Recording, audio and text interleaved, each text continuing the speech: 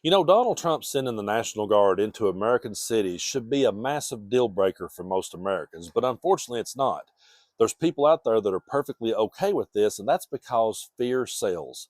If you can get people afraid, then you can absolutely sell them anything, and Donald Trump has learned that and does it better than anyone else. He can now send troops into American cities and his followers will be okay with it. And a lot of Americans will sit back and say, well, at least Trump's doing something about crime. I've actually heard people say that. I've heard them say, well, at least he's doing something about it. What are the Democrats doing about crime? Well, what I would point out is that crime was down. In 2024, violent crime was down. And Donald Trump come along, and right about the time that the whole Epstein story broke and we realized, hey, there's something going on there, we want to see the files. Ever since then, it's just been one big distraction after another. But it's bigger than just distracting us. I think a lot of it is designed to absolutely beat us down, beat us into submission, and have it to where we would be afraid to even go vote against him. I don't like making predictions. I'm really not even good at it anymore because the world is so crazy. But I really do believe the closer we get to the midterms, you're going to see more troops on the streets. I especially believe on election day, you're probably going to see more troops on the streets. And I believe it's all put there and designed to just beat people into submission to where they won't rock the boat.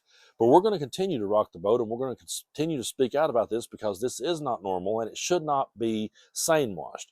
But how did we get here? Well, where I'm from, one thing that I tell people when I'm traveling around is where I'm from, if you grow up in Tennessee, Kentucky, places like that, you get told all the time that California is the absolute devil. I mean, California gets painted like it's the biggest villain in the United States. So does Chicago, Illinois.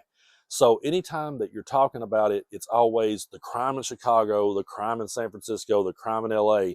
And they demonize those states and those places because it works with their voters. Their voters have never even been there. They've never even traveled there, have no intention of going there. And they will ignore the crime that's happening right in their states. There is so many southern cities that the National Guard could be going to, and I wouldn't be for them going, by the way, but you could definitely throw Birmingham, Alabama into that argument, Memphis, Tennessee, Little Rock, Arkansas, St. Louis, Missouri. You could throw South Carolina in there, but they will never entertain that idea because this is straight up political with these people. I'm going to show you an example of what I'm talking about. Watch Nancy Mace right here when she's questioned about, would you be okay with troops coming into South Carolina? And she did what everybody around here that I know does, which is let's just blame it on a blue city. Take a look.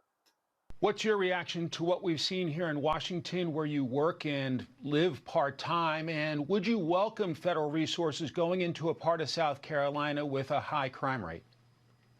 Well, Congress is back in session on Tuesday, and I hear D.C. and the Capitol is safer than it's ever been. And I hope that President Trump has the resources to send soldiers to Chicago if that's what it takes. That is one of the most violent cities in America, particularly for the hardest hit communities there. And this is what we're seeing. The Democrat Party is a party of violence. They are defending rapists. They're defending murderers. They're defending child molesters and pedophiles by keeping those who are committing heinous crimes and who are here illegally right here in the United States. I mean, they're fighting for the rights of illegals. They're fighting for the rights of gang members and cartel members. It's out of control. It's insane. And I look forward to watching the videos of soldiers entering Chicago and getting Chicago safer than it's ever been, because the mayor certainly is not doing it. Neither is the governor.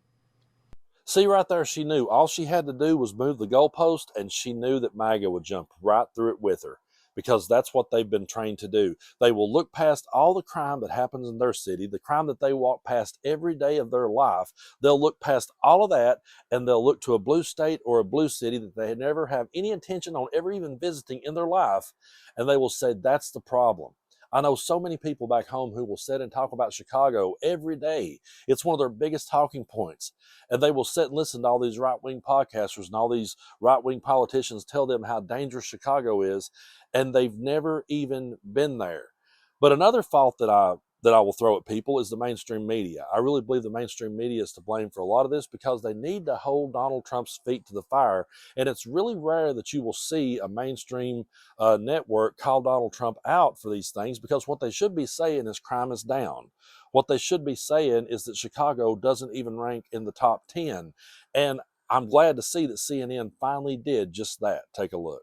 A new statement on crime in Chicago with a new threat to have federal involvement to battle that crime. He called Chicago, quote, the worst and most dangerous city in the world by far, and said, I will solve the crime problem fast, just like I did in D.C. Chicago will soon be safe again. Now, it is important to note that Chicago does not rank in the top 10 of cities in the U.S. in terms of violent crime rates, doesn't even rank in the top 20 of cities with populations of 250,000 or more. And there are a lot of cities in red states where the president is not suggesting sending the National Guard or taking over federal involvement. Memphis, Nashville, you have cities in Missouri as well. Now, I know we can never count on Fox News to ever tell us the truth, but more mainstream networks needs to be doing exactly that. Point this out, call it out. When Donald Trump is sitting in front of the press, he should be asked those questions every day. Why are you going into Chicago when it's not even in the top 10? Why aren't you going to red states? Why aren't you going into red cities? That's what they should be asking. That's what they should be saying. They should absolutely hold his feet to the fire. That's what the free press was supposed to be about. They were supposed to be there to hold politicians and to hold the president accountable. But a lot of times they tiptoe around Donald Trump and his feelings out of fear that their network will be gutted or that they will be fired from their job. And Donald Trump has a base that all he has to do is sick them on someone. If a reporter stands up and asks a tough question, all he has to do is sick his base on them or put out a True Social post, and 9 times out of 10, they'll cave. Hell, now we're even seeing restaurants cave and change their logos back if Donald Trump barks. And he loves that. He loves this power trip that he's on. But what we have to do is continue to hold his feet to the fire and continue to say, hey, what about those Epstein files? When are you going to release those? And when are you going to be completely transparent with the American people? It's one of those things where I don't really want to hear them ever say another word about anything, especially caring about children. If they let this one slide, if they let the Epstein one slide and they put the focus over here on this unnecessary chaos, if that's the road they decide to go down, I never want to hear them ever say they give a damn about children again. They don't deserve to be able to say that, and we should point out every time they try to say it, we should call them out for the liars and the hypocrites that they truly are. Because we've said so many times, we don't care if a Democrat's on the list. They'll flex at us like that. Oh, there's Democrats on the list. We don't care. Oh, Bill Clinton's on the list. We don't care. If they're on the list and they're guilty of wrongdoing, throw the book at them, put them at the bottom of the jail. We do not care. Why? Because I do not worship Bill Clinton. I thought he was one of the greatest presidents of all time. Do I worship him? No. If he's guilty of wrongdoing, if he's hurt innocent children, fuck that guy. That's how you're supposed to talk about it. And that's how the mainstream media should be talking about it, instead of always trying to prop this stuff up like it's normal. When I see mainstream media say, well, Donald Trump sent the Guard in to help, combat crime. No. He sent the military into American cities who disagree with him politically. That cities that aren't even in the top 10 is where he's sending people and where he's threatening to send people. And meanwhile, he's sitting back, letting red states and red cities absolutely slide, and no one's saying a word about it. That's what needs to be said. The only way we're ever going to get through this is we have to continue to call them out and hold them accountable for their actions. And people says, well, what's the Democrats doing about crime? Well, sending the Guard in is not the answer. I'll start right there. We're not going to be that extreme about it. And I guarantee you, if you was to see a Democratic president, if Joe Biden had started saying, you know what, I'm going to send them to Memphis, Tennessee. If Joe Biden had said that, our governor back home, Bill Lee, would have came unglued. Donald Trump would have come unglued. All of MAGA would have come unglued. And they would have said that he's violating states' rights. But when it's Donald Trump, they'll always give him a pass. Yes, the Democrats can always work on fixing crime. But we have to start with saying this is too fucking extreme, and this guy's in charge. This guy's in charge. He's got the Supreme Court. He's got the Senate. He's got the House.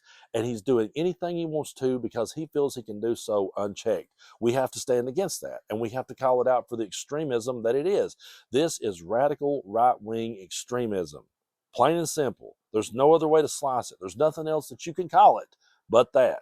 Call it for what it is and stop tiptoeing around this guy's feelings, because at the end of the day, it's not about him. It's about this country.